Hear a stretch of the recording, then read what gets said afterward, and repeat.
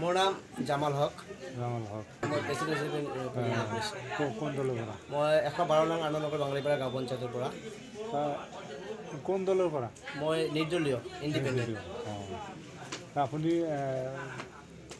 বিজয়ী হ'ল, কিন্তু আপুনি ৰাইজৰ ক্ষেত্ৰত আপুনি কি কৰিব? নহয়, একচুৱেলি চাওক, আপুনি আজি প্ৰায় 15টা বছৰ ধৰি আমাৰ বিগত যিবিলাক সভাপতি আছিলে, প্ৰাক্তন সভাপতি নুৰুল ইছলাম চাহেব, তেখেত কণ্টিনিউ 10 বছৰ ৰাজত্ব কৰিলে। আৰু প্ৰাক্তন সভাপতি আৰু এজন আছিলে আব্দুল জব্বাৰ আহমেদ। তেখেতৰ যিটো কৰাপশ্যন, তেখেতৰ দুৰ্নীতিত হয়তো ৰাইজে এইবুলি অতিষ্ঠ হৈ আৰু এইবুলি কংগ্ৰেছৰ যিজন প্ৰাৰ্থী আছিলে নুৰুল ইছলাম চাহাবে, তেওঁ বৃহৎ অংকৰ টকা দি কংগ্ৰেছৰ টিকটটো লৈ আহিছে আৰু মোক ৰাইজৰ মনোনীত নিৰ্দলীয় প্ৰাৰ্থী হিচাপে মোক থিয় কৰাই দিছে। কিন্তু আচলতে আজি ক'বলৈ গ'লে মোক ভাল লাগি আছে, ইমান উৎফুল্লিত মই হৈছোঁ, কাৰণ কংগ্ৰেছৰ যি জয় ময় চলি আছে, ঠিক সেই সময়তে মই নিৰ্দলীয় প্ৰাৰ্থী হিচাপে কংগ্ৰেছ দলক 1348 ভোটত মই পৰাজিত কৰিছোঁ নুৰুল ইছলাম চাহাবক। এইটো মোৰ কাৰণে নহয়, এয়া ৰাইজৰ কাৰণে এটা শুভ সংকেত। গতিকে কাৰণ এয়া মোৰ জয় নহয়, এয়া নিশ্চিতভাৱে জনসাধাৰণৰ জয় বুলি মই ক'ব পাৰোঁ। কাৰণ অনাগত দিনত ৰাইজে যি কৰাপশ্যন ব্যক্তিৰ বিৰুদ্ধে মোক ভোট দিলে, মই যাতে তেওঁৰ ক্ষেত্ৰত হৈ তেখেতৰ যি অভাৱ অনাটন, তেখেতৰ যিখিনি আশা আকাংক্ষা মই যাতে পূৰণ কৰিব পাৰোঁ, এইখিনিয়ে মোৰ কথা।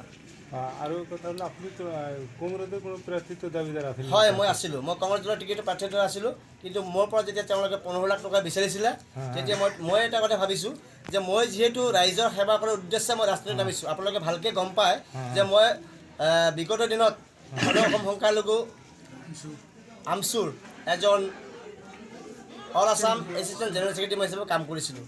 কিন্তু যেতিয়া ৰাইজৰ হৈ মই ৰাজনীতিত নামিব বিচাৰিলোঁ, তেতিয়া কংগ্ৰেছ দলে মোক টিকট দিব বিচাৰিছিল যদিও হঠাৎ তেওঁলোকে 15 লাখ টকা মোৰ পৰা দাবী কৰিলে, যিটো মোৰ ক্ষেত্ৰত মই দিব পাৰোঁ যদিও মই কিয় দিম? কাৰণ 15 লাখ টকা দি যদি মই টিকটটো ক্ৰয় কৰি লওঁ, তেনেহ'লে অনাগত দিনত ৰাইজৰ মই কি সেৱা কৰিম? কাৰণ মই জিকাৰ পিছত মোৰ টকাখিনি উঠাব লাগিব। সেই হিচাপত মই তেখেতৰ টিকটটো মই ৰিজেক্ট কৰি দি পেলাই মই ৰাইজৰ বিনা পইচাত ৰাইজৰ টিকটটো মই খেলিলোঁ।